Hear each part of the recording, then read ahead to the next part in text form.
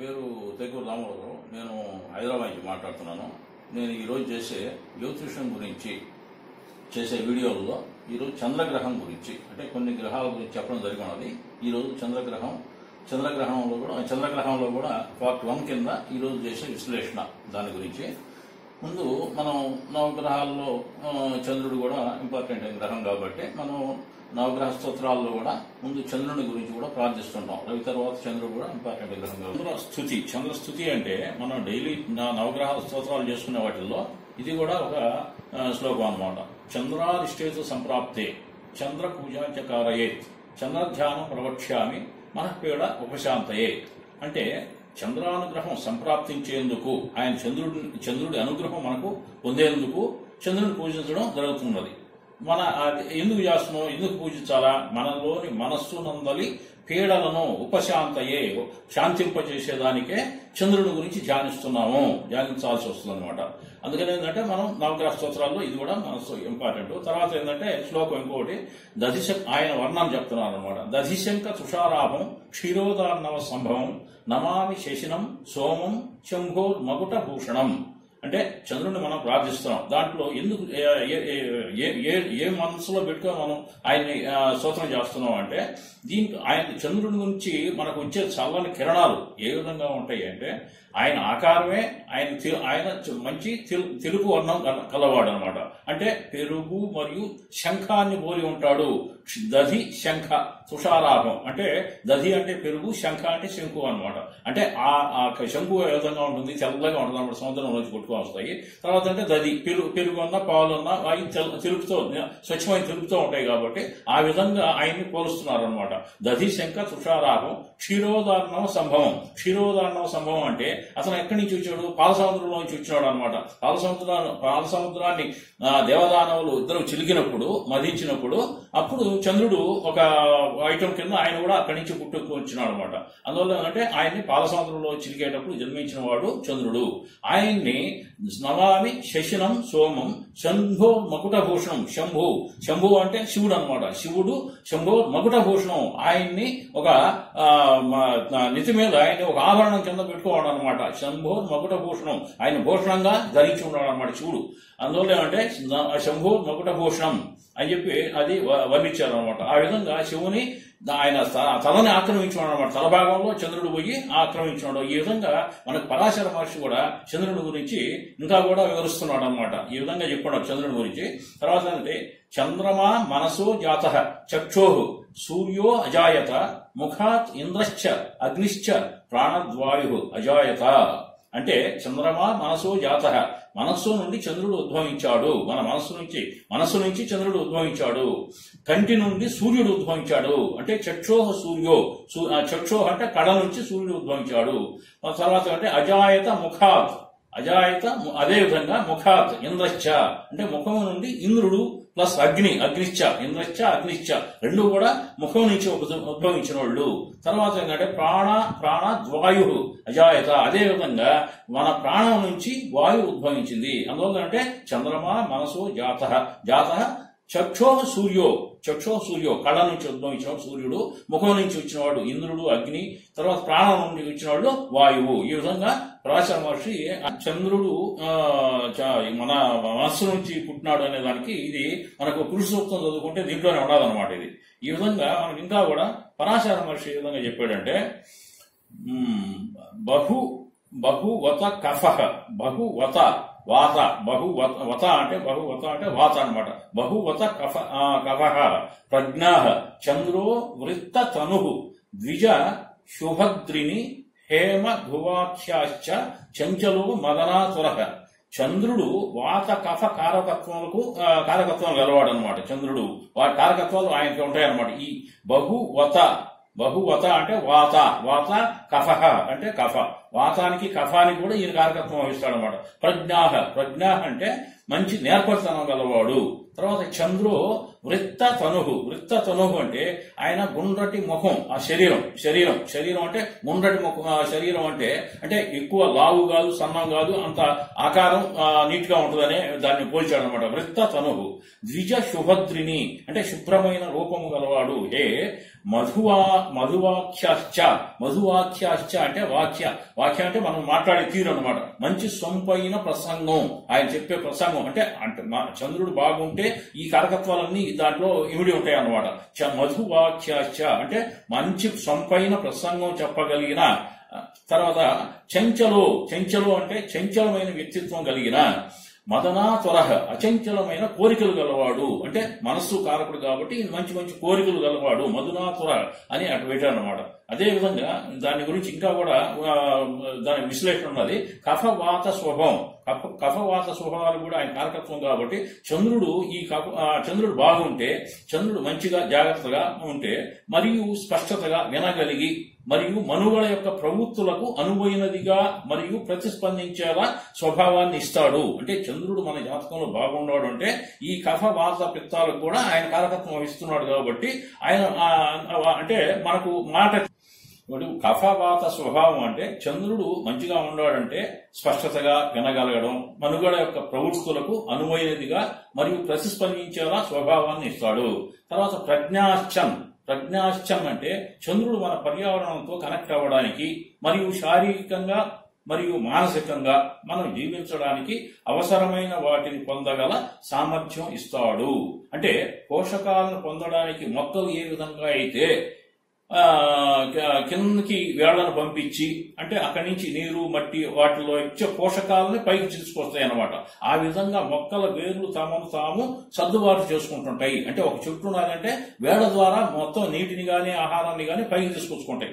అదే విధంగా మనకు చంద్రుడు కూడా బాగున్నాడు అంటే మనకు మంచి స్థాయిని చేరుకోగల సామర్థ్యాన్ని కూడా ఇస్తాడనమాట. మన జాతకంలో చంద్రుడు కూడా బాగుంటే ఈ విధంగా వేర్లు ఏ విధంగా అయితే చెట్టుకి మూలాలుగా పనిచేస్తున్నాయో ఆ విధంగా మనకు కూడా చంద్రుడు బాగుంటే ఈ విధంగా మనకు మంచి సామర్థ్యాన్ని ఇస్తాడు.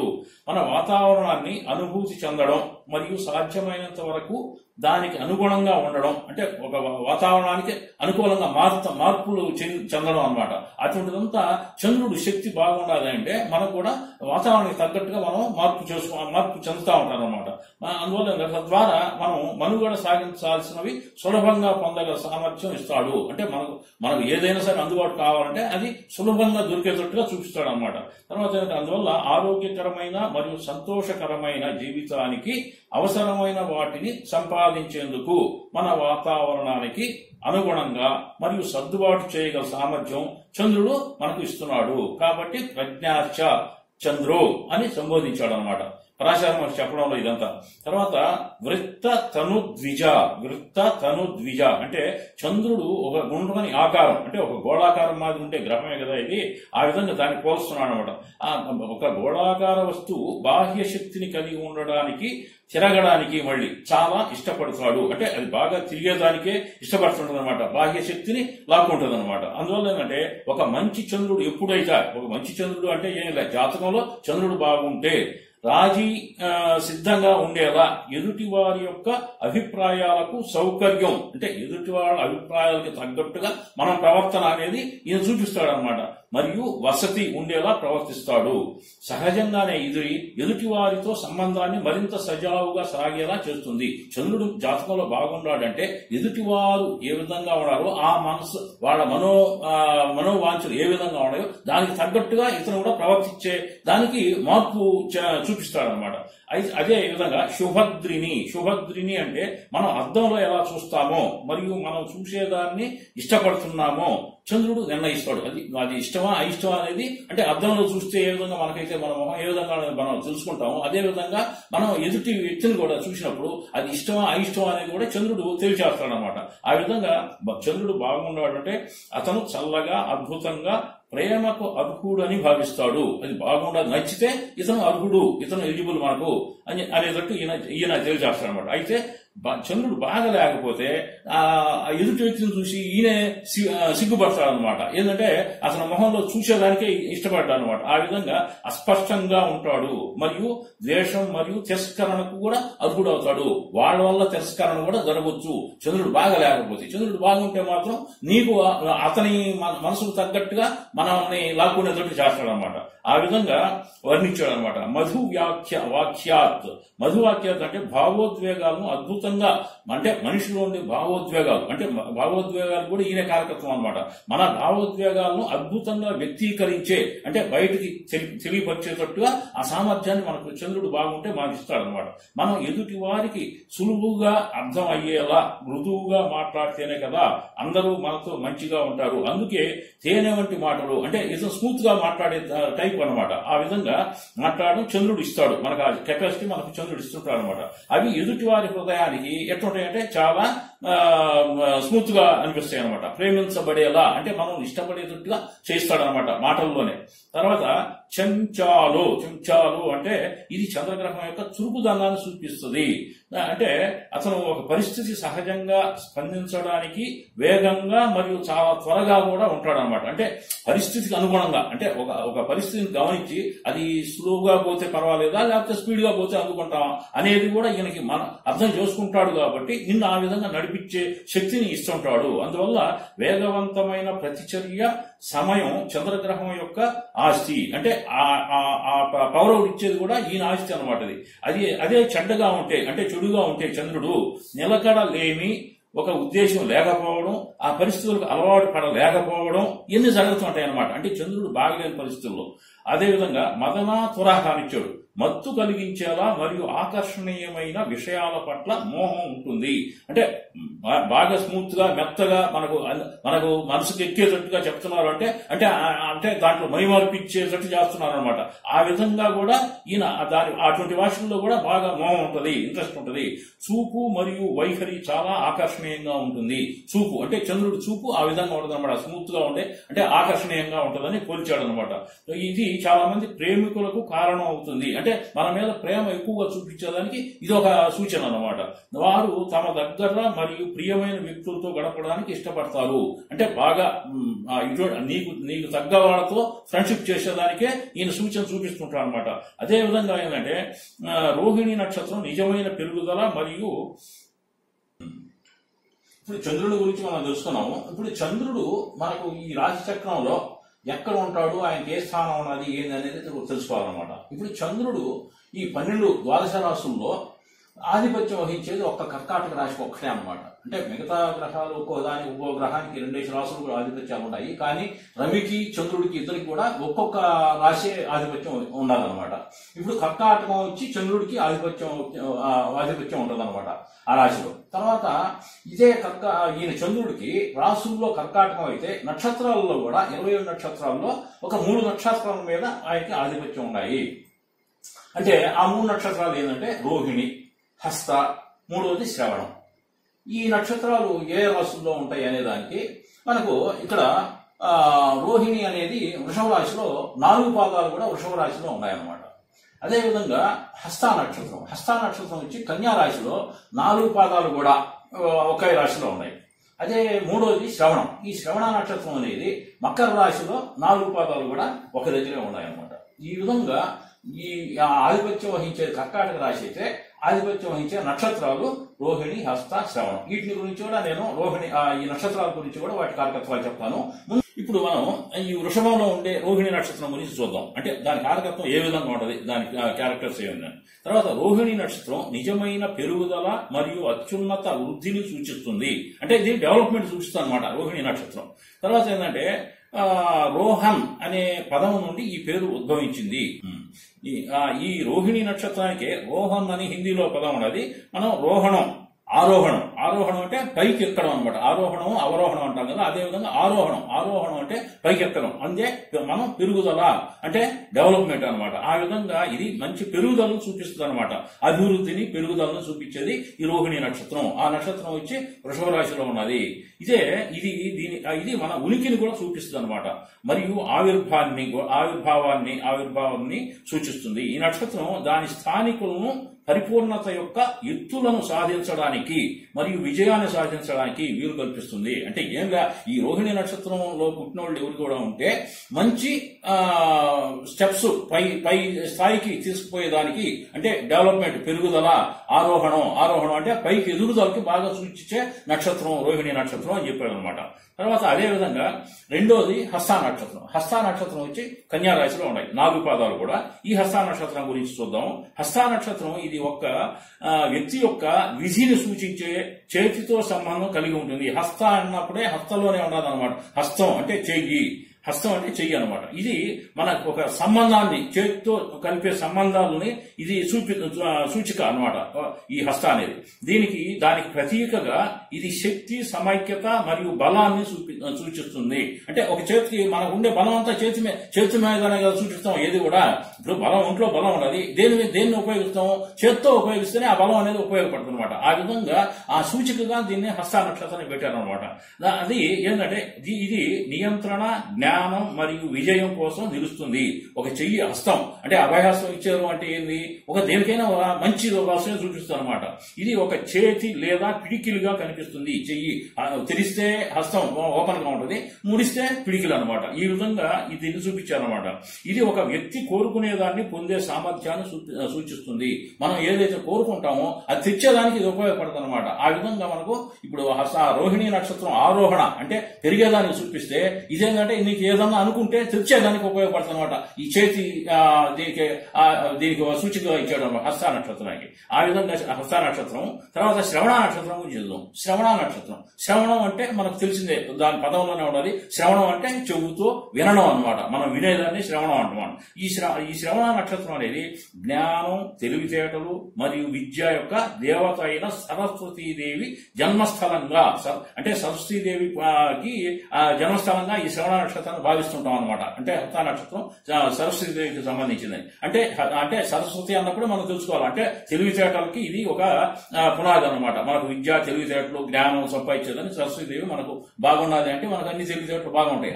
ఆ విధంగా ఈ శ్రవణ నక్షత్రం దానికి సూచికగా పెట్టారనమాట. దీంట్లో శ్రవణ నక్షత్రం తెలివితేటలు, విద్య, నైపుణ్యం, మాటల శక్తి మరియు జ్ఞాన సంపదతో స్థానికులను కోరుకుంటుంది. ఆ విధంగా కావాలా అని చెప్పి వాళ్ళలో నేను ఇది చూడాలనేదే కోరుకుంటుంది అనమాట ఈ శ్రవణ నక్షత్రం అనేది. ఇది 3 తారల కూటమి, 3 నక్షత్రాలతో కూడింది అనమాట. ఒక నక్షత్రమే కాదు, 3 నక్షత్రాల కలయికే ఈ శ్రవణ నక్షత్రం అనమాట. తర్వాత ఏంటంటే దీన్ని 3 కలపడం ద్వారా ఒక డేగ యొక్క తల ఏర్పడుతుంది. ఈ 3 తారలు కలిస్తే ఆ కూటం ఎట్లుంటుందంటే ఒక డేగ మాదిరి కనపడుతుంది అనమాట. శ్రవణం అనే పదం శ్రావణాన్ని కూడా సూచిస్తుంది. ఇది నేర్చుకోవడం, శ్రావణం అంటే నేర్చుకోవడం మరియు వినడం సూచిస్తుంది. వేద జ్యోతిష్ శాస్త్రం ప్రకారం చంద్రుడు శ్రవణ నక్షత్రం యొక్క పాలక గ్రహం. ఇప్పుడు ఈ చంద్రుడు ఆధిపత్యం వహించే 3 నక్షత్రాల గురించి తెలుసుకున్న దాంట్లో ఏమి లేదు. ఏంటంటే ఇక్కడ మనకు ఈ హస్త నక్షత్రం ఏంది? మన చేతితో చేసే మంచి పని చేయించు అని అంటున్నారు. ఈ చేతితో హస్తం అనేది. తర్వాత ఏంటంటే శ్రవణం అనేది చెవుతో. ఈ మకర రాశిలో ఉండే శ్రవణ నక్షత్రం ఏంది? నువ్వు మంచిగా విను, మంచిగా చెప్పు అంటే ఈ విధంగా నువ్వు ప్రవర్తన నీ విధానం ఉంటే ఆరోహణ తీసుకోబోతాను అంటున్నారు. రోహిణి నక్షత్రం అంటే ఆరోహణ అంటే నిన్ను పైకి తీసుకోబోతాను, మంచి లెవెల్లో పెడతాను అనే ఇందులో ఈ చంద్ర నక్షత్రాలు 3 కూడా నీకు ఈ సూచికలు చూపిస్తున్నాయన్నమాట. రోహిణి, హస్త, శ్రవణం అంటే ఈ 3 కూడా మంచి ప్లేస్మెంట్ లో గాను ఉంటే నీకు మంచి ఫ్యూచర్ చూపించేదానికి ఈ రోహిణి నక్షత్రం అనేది బాగా పని వస్తున్నాడు. 3 నక్షత్రాలు కూడా కారకత్వాలు మంచి ఇదిలో ఉన్నాయి. కానీ ఇప్పుడు చంద్రుడికి 3 నక్షత్రం. ఇప్పుడు మనం ఈ రోహిణి నక్షత్రాల గురించి చెప్పుకున్నాం. తర్వాత ఈ చంద్రుడు అనేది కర్కాటక రాశి సొంత రాశి అయినా కూడా, అంటే ఆయన స్వక్షేత్రం కింద.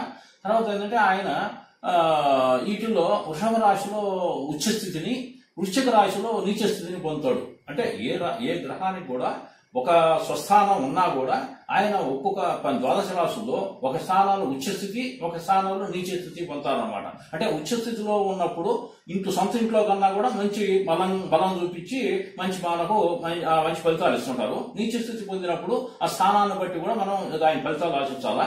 తర్వాత ఏంటంటే ఇప్పుడు ఇది కాలపురుష చక్రం ప్రకారం చూసుకుంటే మనకు ఇది వృషభం అనేది 2వ స్థానం అవుతున్నది, 2వ రాశి. ఈ 2వ రాశి అనేది ఇప్పుడు తొలి రాశి అంటే మనం పైనుంచి మనకు ఈ ద్వాదశ రాశులు కూడా ఎట్ట పెట్టారంటే ఈయన ఫస్ట్ మేష రాశిని కింద స్టార్ట్ చేస్తే ఒకటోది అంటే తల దగ్గర నుంచి స్టార్ట్ అయ్యి కింద 12వ స్థానం వచ్చేప్పటికి పాదాల దగ్గరికి వచ్చేస్తాం అనమాట. ఆ విధంగా ఇది 1వ స్థానం అయితే ఇది 2వ స్థానం అయింది. 2వ స్థానంలో వృషభ రాశిలో మనకి ఈ రోహిణి నక్షత్రం ఉన్నది. అక్కడ ఆయన ఉచ్చబోతున్నాడు, సొంత నక్షత్రం కూడా అక్కడే ఉండాలి ఒకటి, దాంట్లో ఉచ్చబోతున్నాడు. ఉచ్చబోతున్నాడు అంటే అక్కడ ఏంటంటే ఈ మనకు నోరు, మనకు మొహంలో ఉండే పంచేంద్రియాలు అన్ని కూడా, అంటే తల భాగం 1వ భాగం అయితే 2వ భాగం మనకు పంచేంద్రియాలు ఉండే ముఖం అంతా కూడా ఈ 2వ స్థానం కింద వస్తుంది అనమాట. ఈ 2వ స్థానంలో ఆయన నక్షత్రం, సొంత నక్షత్రంలో ఆయన ఉచ్చి పొందుతున్నాడు కాబట్టి అక్కడ ఏంటంటే నీకు మాట తీరు, మంచి చెడ్డ అన్ని బాగుంటే నిన్ను మంచి స్థాయికి తీసుకొచ్చేదానికి ఆరోహణ నక్షత్రం అనమాట. ఈ రోహిణి అనేది ఆరోహణ పైకి తీసుకుపోద్ది అనమాట. అంటే నీకు అంటే ఆయన చంద్రుడిగాను నీ జాతక ప్రకారం బాగుండా అంటే అక్కడ మంచి స్టెప్పులు ఇప్పిస్తాడు అనమాట. నీకు ఏది కూడా కిందకి వచ్చే సంగతి ఉండదు. రోహిణి అంటే ఆరోహణం అనమాట, పైకి ఎక్కడమే ఏది కూడా. అంటే నీకు ఈ పంచేంద్రియాల్లో ఉన్నాడు కాబట్టి అంటే వాటిల్లో నీ చేసే ప్రతి చర్యలు కూడా ఏది కూడా బాగుంటాయి. అక్కడ అందువల్ల ఏంటంటే నువ్వు చేసే కార్యక్రమాల్లో ఏది కూడా విజయం ఖచ్చితంగా సాధిస్తావు అని అంటాడు అనమాట దీంట్లో ఉచ్చస్థితిలో.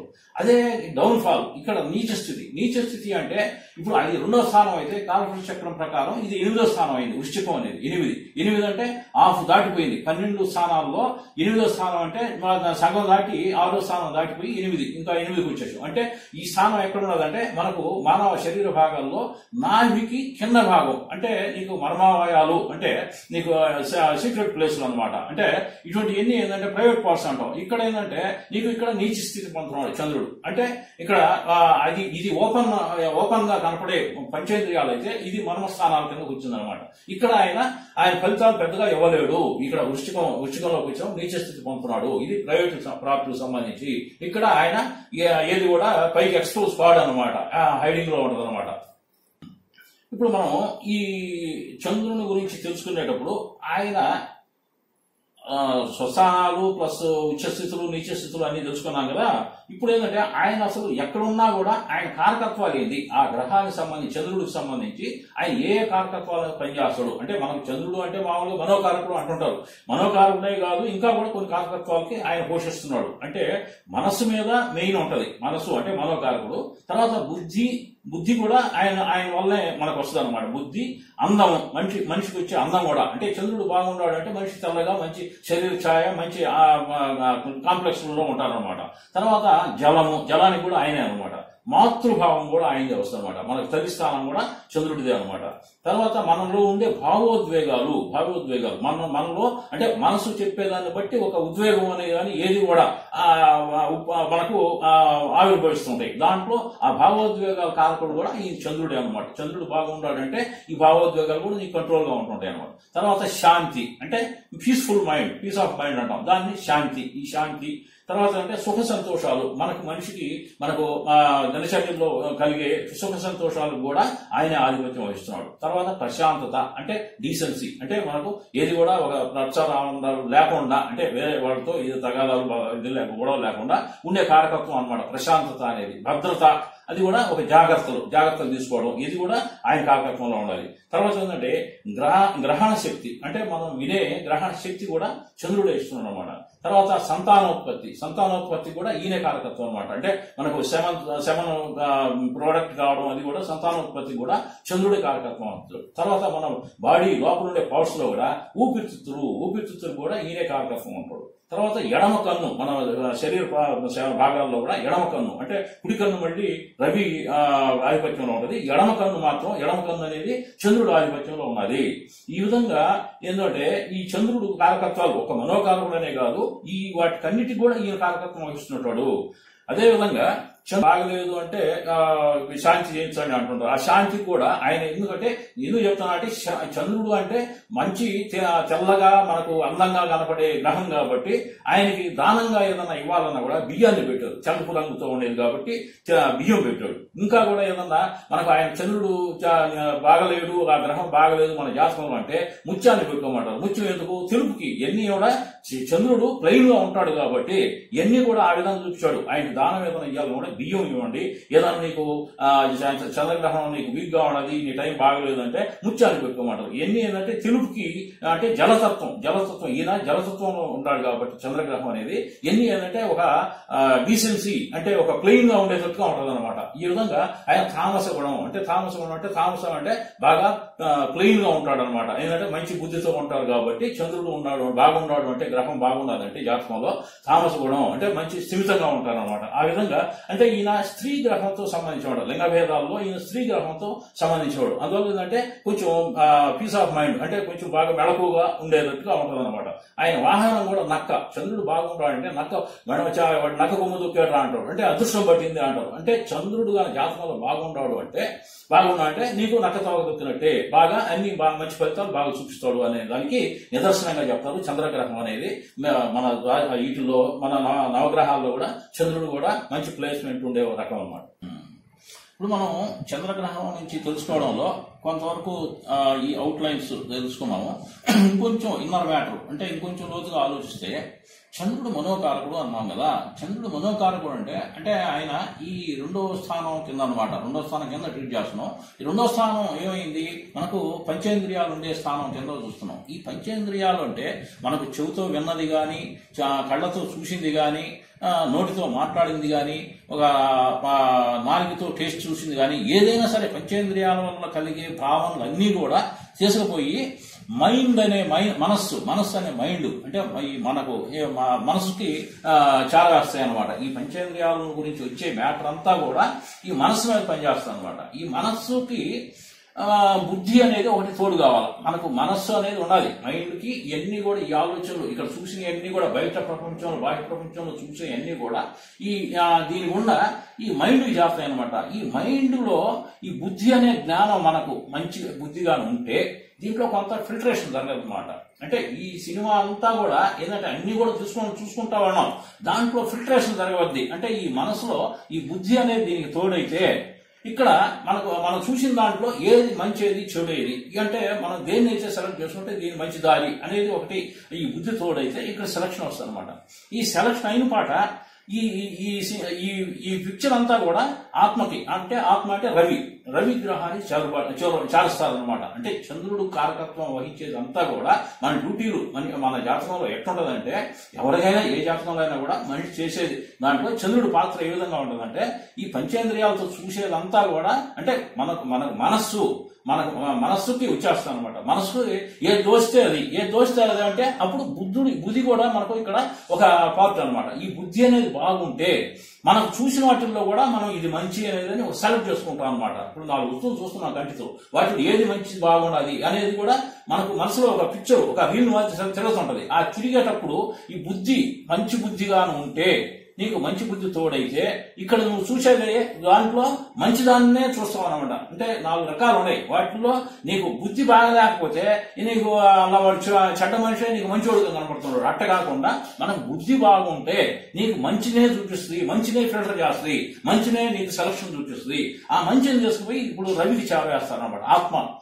అప్పుడు ఆత్మ పరిశీలన అంటాం. అంటే ఎన్ని కూడా చూస్తున్నావు, ఏదైనా చూస్తున్నావు అంటే బయట నుంచి చూస్తున్నావు, లోపల నుండి ఆత్మ మనకు ఏదనేది తెలుసుకోవాలన్నమాట. ఇక్కడి నుంచి క్యారీ అవుతున్నది, ఆత్మ అనేది క్యారీ అవుతున్నది. ఇప్పుడు ఈ భావాలను మనం ఇంకో వేరే రకంగా మనకు అర్థమయ్యేటట్టు చెప్పాలంటే ఈ పంచేంద్రియాలతో చూసే పిక్చర్స్ అన్ని కూడా అంటే బాహ్య ప్రపంచంలో మనం చూసే ఏ ఐటమ్ అయినా కూడా ఈ పంచేంద్రియాలు అంటే ఇప్పుడు ఒక సినిమా చేస్తున్నారు అనమాట. సినిమా చేస్తున్నట్టు ఈ పంచేంద్రియాలంతా కూడా వీళ్ళంతా పంచేంద్రియాలు అంటే ఈ 5 మంది యాక్టర్లు అనుకోవచ్చు అనమాట. ఈ యాక్టర్ చేసే రీల్ అంతా కూడా ఇక్కడ ఈ పంచేంద్రియాల ద్వారా మనసుకు వస్తున్నారు అనమాట. మనసు మీద పడుతున్నది ఈ రీల్ అంతా కూడా, ఈ సినిమా పిక్చర్ అంతా కూడా మనసు దగ్గరికి వస్తుంది అనమాట. ఈ మనసు అనేది ఇక్కడ ఎడిషన్ జరగాల. ఇక్కడ బుద్ధి అనేది ఉంటే మనకు బుద్ధి తోడైతే మంచి బుద్ధిగా ఉంటే ఈ మనసు అనే దగ్గర ఒక స్క్రీన్ మీద మనకు దాన్ని ఎడిట్ చేస్తాను అనమాట. ఎడిట్ చేస్తే ఈ బుద్ధి బాగున్నప్పుడు ఈ మనసు దగ్గర ఎడిట్ చేసి ఫిల్టర్ చేసేస్తారు అనమాట. ఫిల్టర్ చేసేసి నీకు ఇక్కడ ఆత్మకి ఇస్తారు. ఆత్మకి పంపిస్తున్నారు. ఆత్మ అంటే రవి అన్నమాట. అంటే లోపల, అంటే మనం చూసేదంతా ఇప్పుడు తీసిందంతా బయట సినిమా అన్నమాట. బయట సినిమా పంచేంద్రియాల ద్వారా జరిగిందంతా బయట బాహ్య ప్రపంచంలో తీసిన సినిమా. ఇదంతా కూడా ఆత్మకి ఇస్తున్నాం. ఆత్మ అంటే రవి అన్నమాట. ఇక్కడ నుంచి తీసిందంతా మైండ్ మీద పనిచేస్తుంది. మైండ్ అనేది ఒక స్క్రీన్ అన్నమాట. ఆ స్క్రీన్ మీద ఎడిట్ జరిగిన పాట ఇది ఫిల్టరేషన్ అవ్వదన్నమాట. అంటే ఇక్కడ బుద్ధిగా బాగుంటే ఇక్కడ మంచి దాన్ని ఫిల్టర్ అయిపోద్ది అనమాట. మంచి అనేది వచ్చినప్పుడు ఇది ఆత్మకి తీసుకుపోయి ఆత్మ అంటే అది అక్కడ పనిచేయాలన్నమాట. అక్కడ డ్యూటీ అనేది అక్కడ పోద్ది అనమాట. ఇది ఎంత ఊరికనే ఏంటంటే తీసిందంతా కూడా మంచి కానీ చెడు కానీ ఏదైనా సరే ఇక్కడ దాన్ని తీసుకొచ్చావు, ఇక్కడ ఫిల్టర్ చేసి ఆత్మకి ఇస్తున్నాం.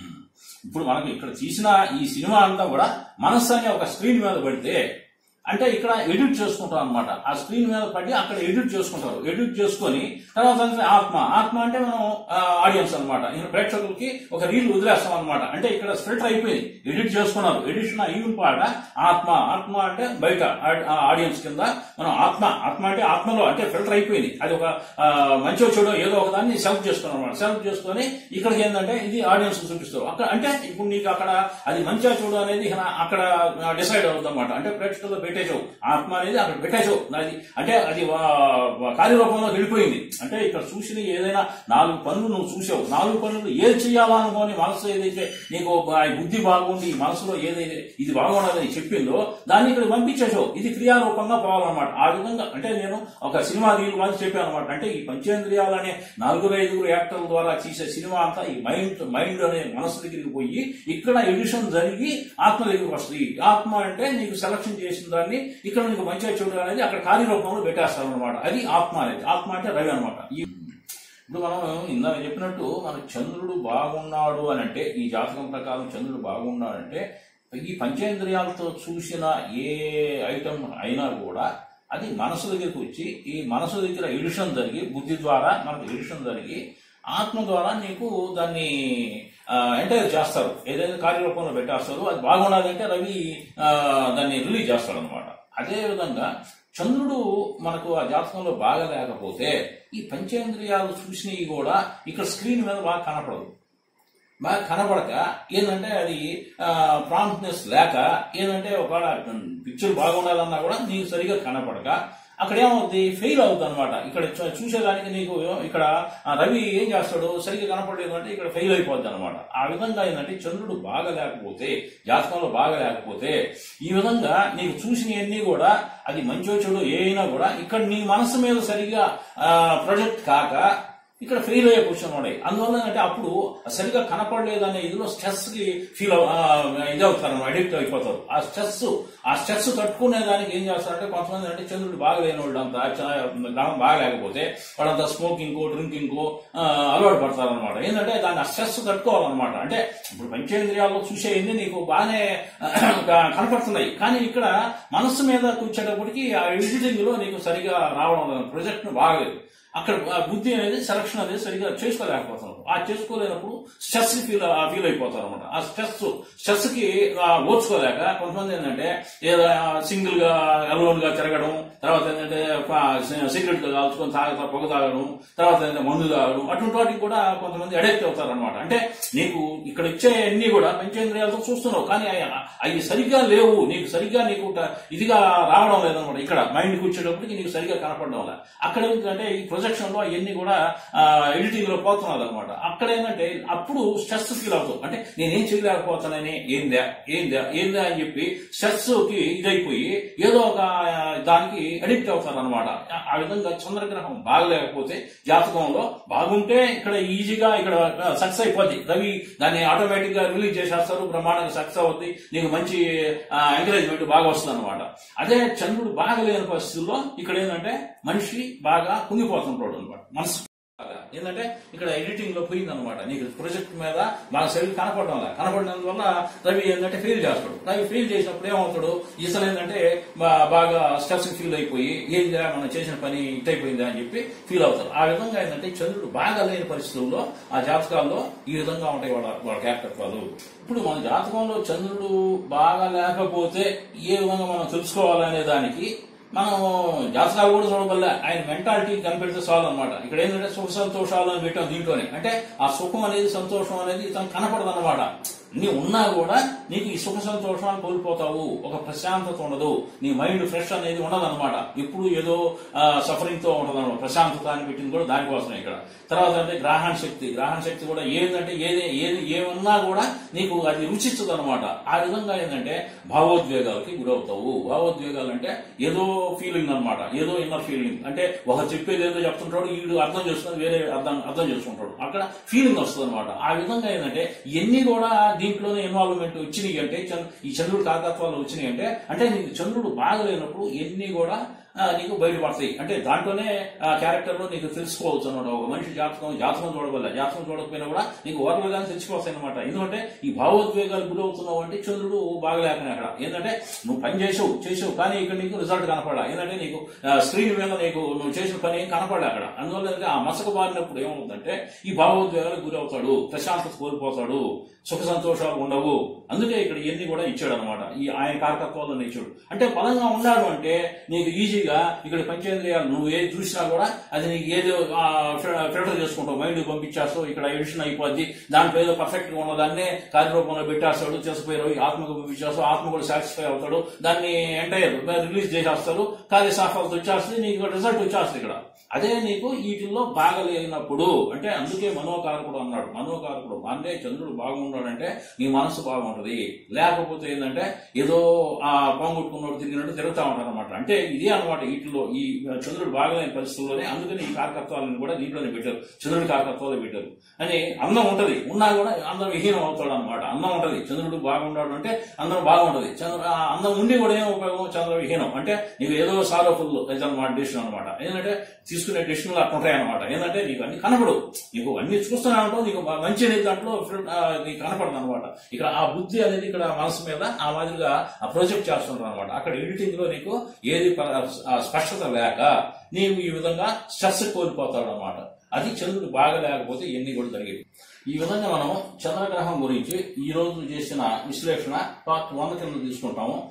రేపు మిగతా మ్యాటర్ అంతా పార్ట్ 2లో చెప్పుకుందాము. ఎందుకంటే వివిధ రాసుల్లో అంటే చంద్రుడు వివిధ రాసుల్లో ఉంటే ఆయన ఫలితాలు ఏ విధంగా ఉంటాయి, ఉచ్చ నీచ స్థితులు, తర్వాత అంటే చంద్రుడు కూడా ఏ గ్రహంతో ఉంటే ఏ ఫలితాలు ఇస్తాడు అనేది కూడా రేపు ఇంకో పార్ట్లో కూడా చూద్దాం. దీని గురించి ఏదైనా మీకు సలహాలు సందేహాలు ఉంటే నా మెయిల్ ఐడికి చదవచ్చు. నా మెయిల్ ఐడి వచ్చి తేకూరు దామోదర్ TEKURUDAMODAR@gmail.com దానికి తెలపండి. లేదా అంటే ఫోన్ నంబర్ కూడా ఇస్తున్నాను, 9703016820 966893 ఈ 2 నంబర్లు కూడా ఏది కూడా ఏదైనా ఉంటే నాకు చెప్పే సలహాలు ఏదైనా ఉన్నా కూడా దీంతో చేసేనా మాట్లాడచ్చు, లేదా కామెంట్ రూపంలో మెయిల్ ఐడికి పెట్టచ్చు.